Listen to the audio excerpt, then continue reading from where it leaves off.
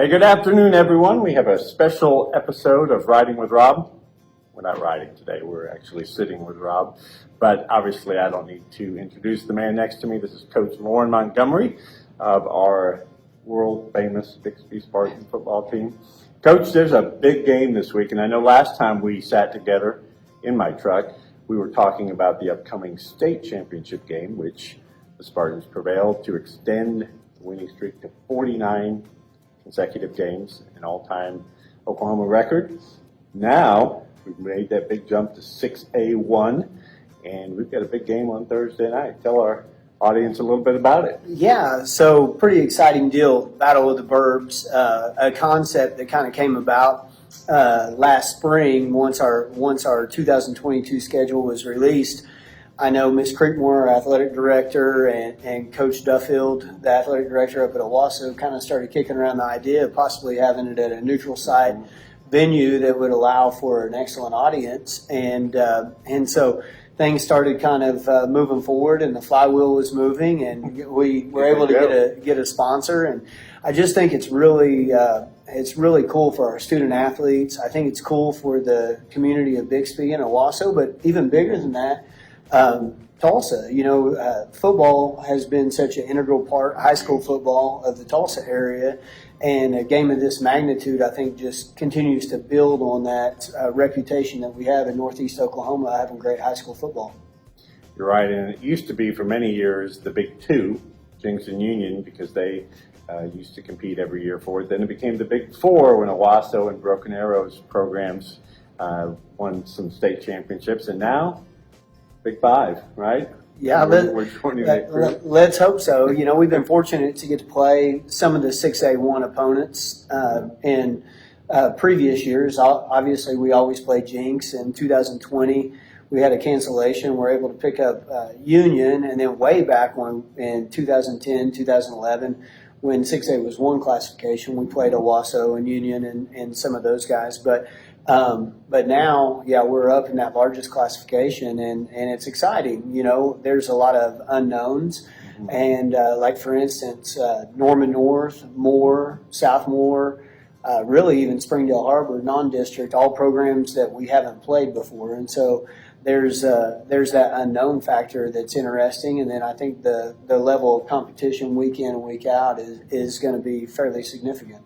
I think you touched on it, where 6A2, you kind of had some off weeks where you really didn't have a big competition that week. You had some really tough games. Stillwaters and Choctaws and Booker T's are always competitive, and would be competitive in 6A1 as well. But not like 6A1 where every week somebody's going to bring their best game trying to knock off the Spartans, especially with a 49-game winning streak going on. Yeah, I think the spirit of splitting up 6A1 and 6A2 originally is, kind of where we see this. As you mentioned, the level of competition week in and week out, the depth. Originally when we said Broken Arrow has over 5,000 students, and when we were the smallest school coming up into 6A, and we had just over 1,200 students, that's a pretty significant disparity.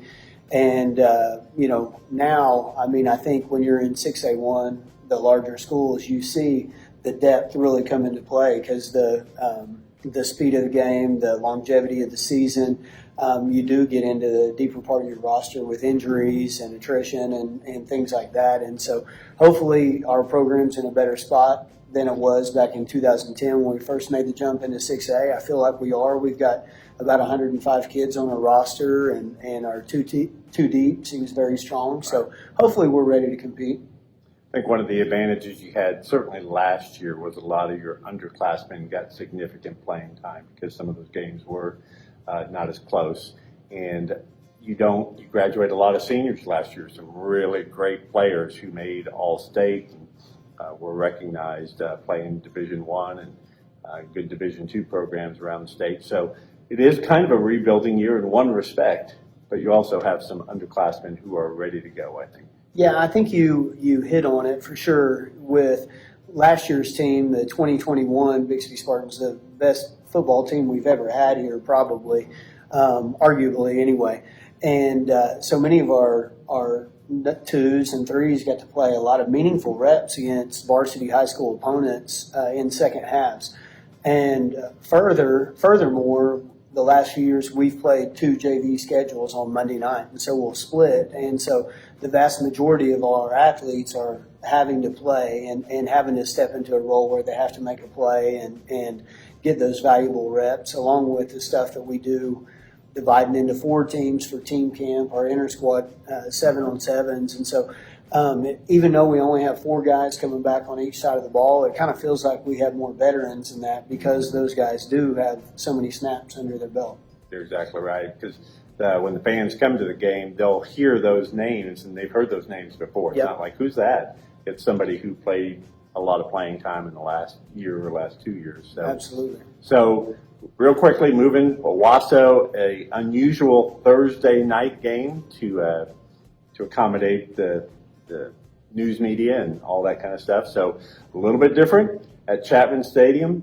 I know we're shooting for what, 20,000, 25,000? What would be a good number of fans there for you, Coach? Well, it doesn't matter if there are 10 fans there. It's going to be a great ball game, and I'm excited to see our guys go out and compete. But I had the opportunity last week to go down and look at our locker room facility and walk out on the field. And I think that stadium, the capacity is about 30,000, but each side, the east and west side, if those are full, that's about 20,000 people. And that would be a pretty spectacular setting. I've been fortunate enough in years past to be in a game with about 23,000 people there, and it's something that I'll never forget, and I know the players that played in that game will never forget as well. I won't forget it either because it rained all night.